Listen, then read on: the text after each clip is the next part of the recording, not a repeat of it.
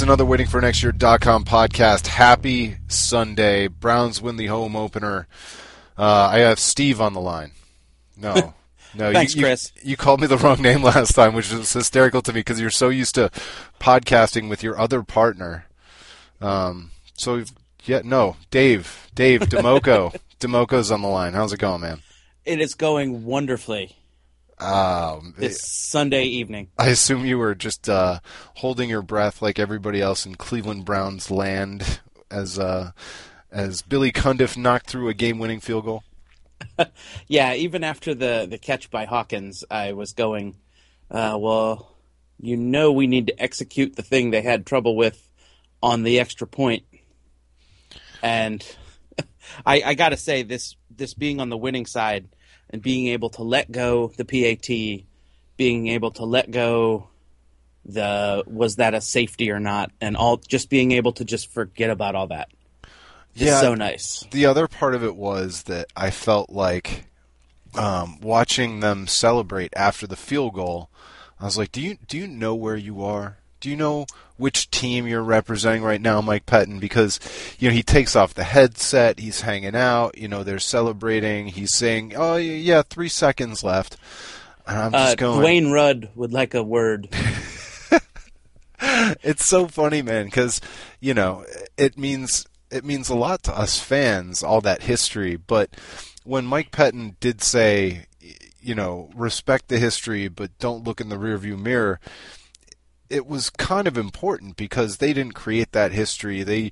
They should only have to worry about, creating new history or whatever. Yeah, absolutely. But man, I was standing up. I didn't want to look at the TV. I thought about facing the back wall of my room and just listening. It was just, I was totally irrational and stupid. Oh yeah. I was sitting in a bar with some friends and the field goal goes through. We're cheering. And then panic sets in. They kick it off, and then the guy kind of makes the break out around the edge. And you're like, all they have to do is get him out somewhere. And then finally they got him down. And because I played the Browns in my fantasy defense, the fumble at the end counted as extra points for me. Oh, that's funny. I had like the worst, and we won't spend too much time on this, but I had the worst fantasy day ever. I started 2 players who exited the game in short order injured with AJ Green and Noshawn Moreno, and I got 0.4 points for their combined efforts today. Yeah. So forget it. You just got to move on. Browns win. I will lose every fantasy game, every matchup from this point forward. Get strike out of every knockout league. I don't care. Just don't care. I think we should do a spoof fantasy football league podcast because I know absolutely nothing. Oh, that's funny. I know absolutely nothing, and a friend asked me to play, so I'm playing. I don't know what's going on. I bet you were a blast to draft with. I'm better this year than last year, but that's the thing is I'm a football fan, but I'm a Browns fan, so I'm way too over-homered. So I have Browns on my team that nobody should have picked up. I didn't have to do a waiver wire pick of Terrence West because I drafted Terrence West. So, of course you did. Exactly. I'm in a league with a bunch of people from the New York, New Jersey area, so I watched them draft. Like a couple years ago, they would draft Sean Green because he was the running back for the Jets. I'm like, what? Cool, sweet. You guys have your Eli Manning bias. I'm gonna stick over here and not take anybody who plays in the New York area. Yeah. So tell me, who's your MVP of the day for the Browns? What are you feeling? Boy, there were so many big plays. Overall MVP, I got to give it to combination of, you know what? I'm changing it. Brian Hoyer. All right. For the long drive at the end? For the long drive at the end. And I've seen a lot of quarterbacks crumble in that situation, and I've seen a lot of opposing teams' quarterbacks seem to handle it. And with 24 seconds on the clock, he's standing there like it's, just an afternoon of practice. He's just so calm and kind of marched him down. That last throw, it was a bit of a duck of a throw to Hawkins. Oh my gosh, it was terrifying. Yeah, but and a good throw and it would have been a touchdown. Yeah, absolutely. No, that's a good pick. I set that whole thing up on Twitter too, because I could just sense if the Browns don't make it, there are going to be a bunch of excuses and this, that, the other thing, and I'm just saying to myself, this is what NFL football games come down to. You have the ball, plenty of time. The Browns had almost 3 minutes, and yes, they were at their own 5, but they had the ball and a chance to win down 1. All they needed was a field goal. This is where NFL games are won and lost, and for once, the Browns didn't whimper in the corner. They stepped up. They faced adversity. That catch by Miles Austin on the sideline. Oh yeah.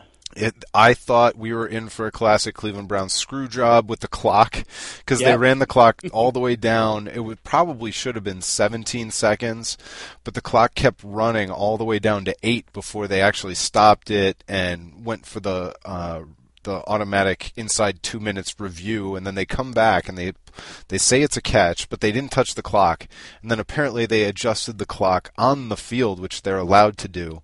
And I'm sure Saints fans are pissed off about that somewhere, but they got the call right.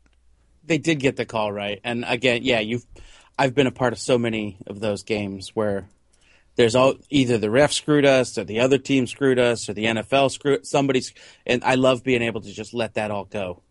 Yes, for once. And so the Browns win. My MVP was Carlos Dansby, though. That was a close one for me. Such a beast. And I also put it up there with Paul Kruger because his hit on Breeze set up the pick six, really. Yeah. And it's a great day for the defense for having them get, what did they have, like 400 yards put up on them or something? Yeah, other than Joe Hayden. Joe Hayden had a tough day. He had a tough assignment. I mean, the Jimmy Graham's touchdown, I don't see how a man who's not just plain bigger can cover any better. I kind of agree. I do kind of agree. But I'm glad he didn't go for the pass interference that would have forced him to kick the field goal. Because, yes, that's technically true. If he would have just completely interfered him and just tackled him, they would have had 1 second on the clock with the ball on the 1. Probably would have forced him to kick the field goal, but that's not real football. What's the downside? I guess you're right. Hey, and it doesn't matter. Yeah. The Browns won. So Mike Pettin gets his first win. They dump him in Gatorade, all this kind of stuff. Do you think it's a little bit over the top? Are you one of these self-hating Browns fans? Well, I wonder how other teams view it. I don't care. Some of the I don't care either, because they can do it every game as long as it happens like 9 more times. But yeah, I don't see a huge problem with that. Especially with the amount of, frankly, adversity that the team is going through at the moment. But if you imagine this team, depending on whatever, I had a friend say, whatever happens with Josh Gordon and his suspension, I'll wheel back around to the little story later. But can you imagine this team at week 7 or week 8 having a healthy Jordan Cameron, a healthy Ben Tate, and Josh Gordon being added back into the mix? This is a team that is really, had they been able to execute the 2-minute drill last week, could be sitting at 2-0. Right. Well, and if they hadn't started the game on their heels, right, wetting their pants. But you could see going toe-to-toe with a playoff team and coming out ahead. You imagine around the time we play the Bengals on that Thursday night game, all of a sudden getting one of the best receivers in the league back. Yeah. It could be pretty exciting. No, absolutely. The thing is, we're still in that feeling out NFL period where we don't know anything. So, I mean, New Orleans loses by 3 in week 1 to Atlanta. Right. The Browns beat New Orleans. New Orleans is on the road, and Atlanta's on the road in Cincinnati, and Cincinnati pastes Atlanta. Nothing makes sense yet. I guess exactly. That's my point. Yeah. Because according to last year's schedules, Yeah. Everybody's trying to do that same kind of, well, if this team beat this team and then this team beat that team with Ohio State because of Virginia Tech, and it's pointless. That line of thinking is problematic, let's say. Oh yeah, especially in the NFL. Yeah. College is one thing, but when you get to the NFL, and as you showed last week Atlanta, and then this week with us against the Saints, there were times in the game that I thought it was just going to get away from us with just how well Drew Brees throws to Jimmy Graham and his receivers. Yeah. But you come up with a play or two here, a play or two there, and you try not to botch too many point afters, and you're good. Man, this was like the greatest weekend ever. I saw two great rock shows. The Ohio State Buckeyes won by like 140, and then the Browns win by 2. It's ridiculous. That you made a key point though, that the fact that botched extra point ended up not impacting the game at all is like so non-Browns. Yeah, that's a Browns thing to hang your hat on. That yep, we only lost because we couldn't kick an extra point. Which How about Spencer Lanning's run, though? Did you like that? Well, he was very Trent Richardson-esque there. He was trying to feel out the hole. Trent Richardson never looked that explosive. Didn't really have the awareness. Oh man, yeah. So that's the week. I was in Youngstown for a concert last night. It was this little bar called the Royal Oak or something, and they have this giant festival sponsored by Pabst Blue Ribbon. It's called Pabst-Alutely. Okay. And it was like a bunch of countrified rock and metal, and I've never seen such a motley crew of people having fun in my entire life. There was this one dude who was drinking Pabst, of course, out of the can. Of course, yeah. But he brought his own duct tape.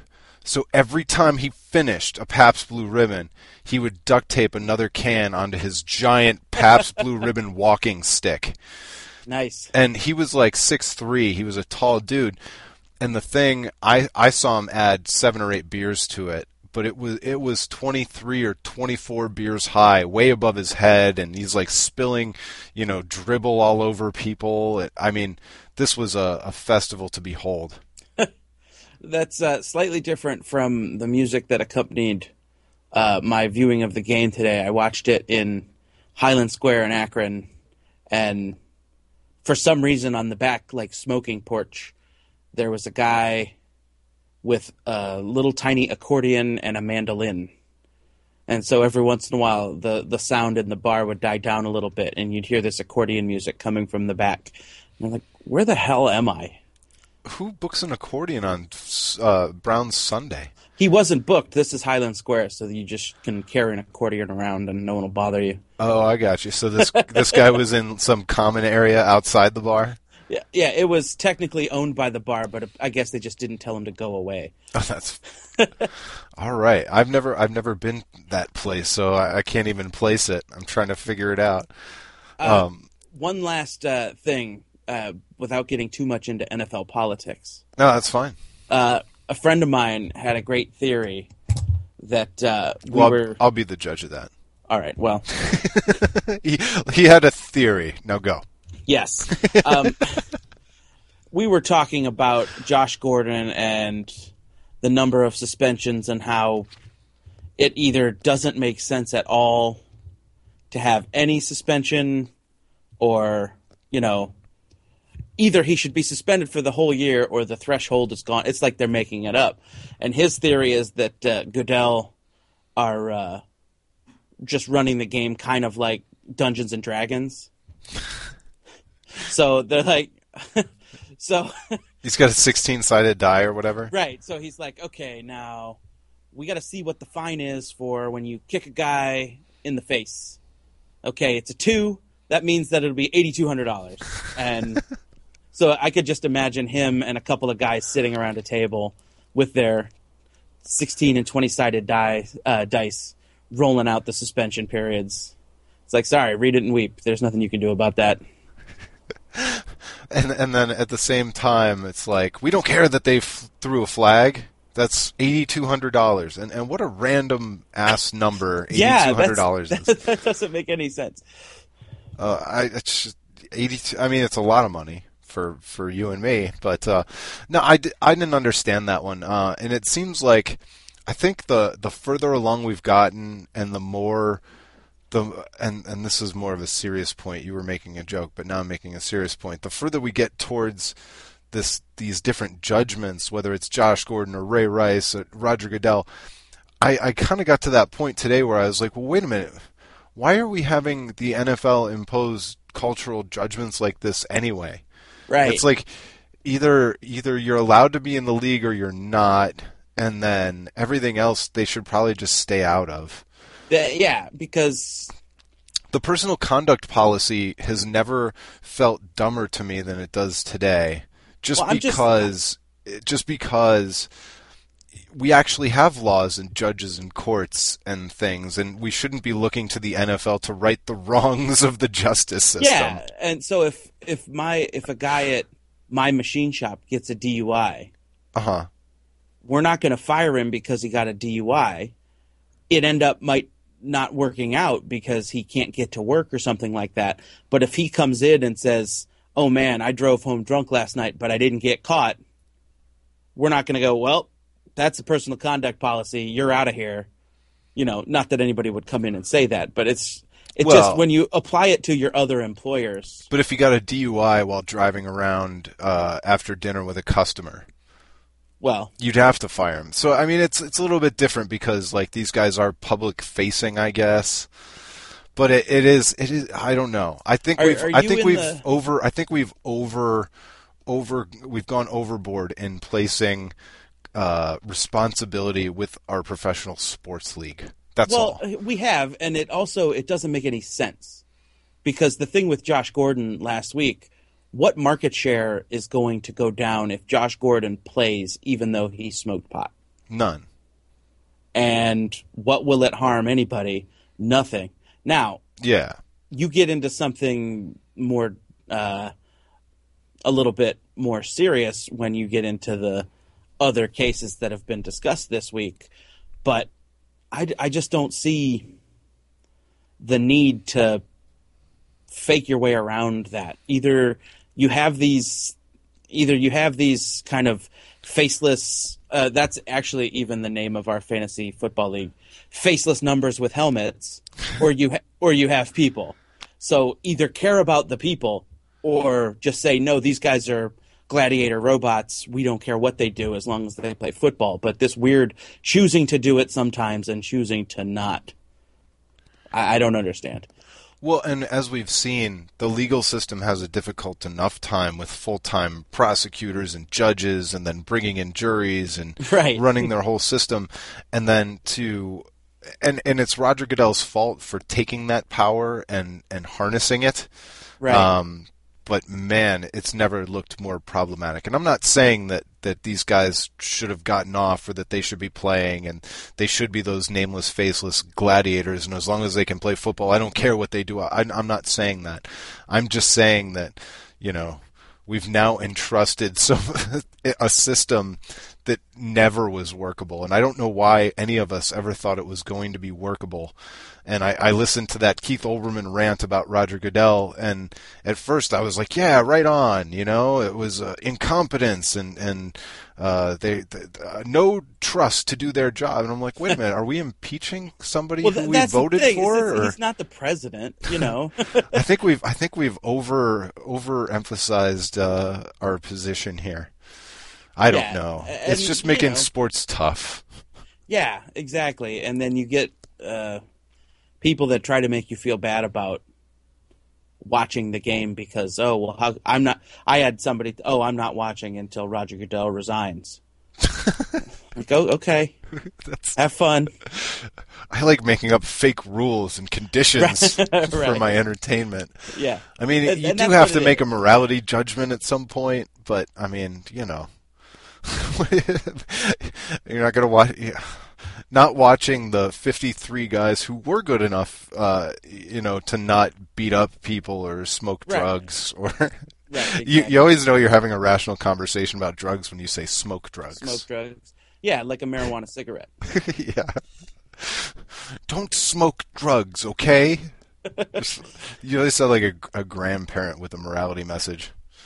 Well, it's important that you don't smoke drugs. It is. Right. Yeah, naturally. Naturally. All right. Well, Browns win. Happy days. The Browns did win. I Damn it.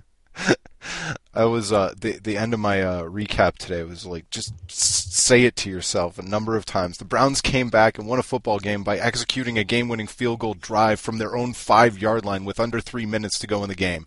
Say it again. Yep. Just keep saying that over and over again. And then I retweeted somebody earlier who said the Browns won today and LeBron is a Cav. It's like let's just pile up all our good stuff. LeBron is a Cav. Kyrie has all of his limbs and muscles intact and won the MVP of the FIBA. All right, we'll skip that one. Well, and and the U.S. women's national team beat Mexico 8-0. Yeah, that's a drubbing. They like to run up the score in the women's soccer. They really do. All right, well, we got it now. Women's soccer is the icing on the cake. Is that sexist? Did I just break a rule? You know what? I'm not going to be on this podcast again until you resign. All right. I lied. I will. Anytime you want. All right, well, thanks. Demoko from Twitter. Dave, thanks for coming on. Hey, thanks. Appreciate the invite. And we'll do it the next time the Browns win, so it could be a while. I'll see you in November. Until then, it's been the WaitingForNextYear.com podcast. Waiting for next year.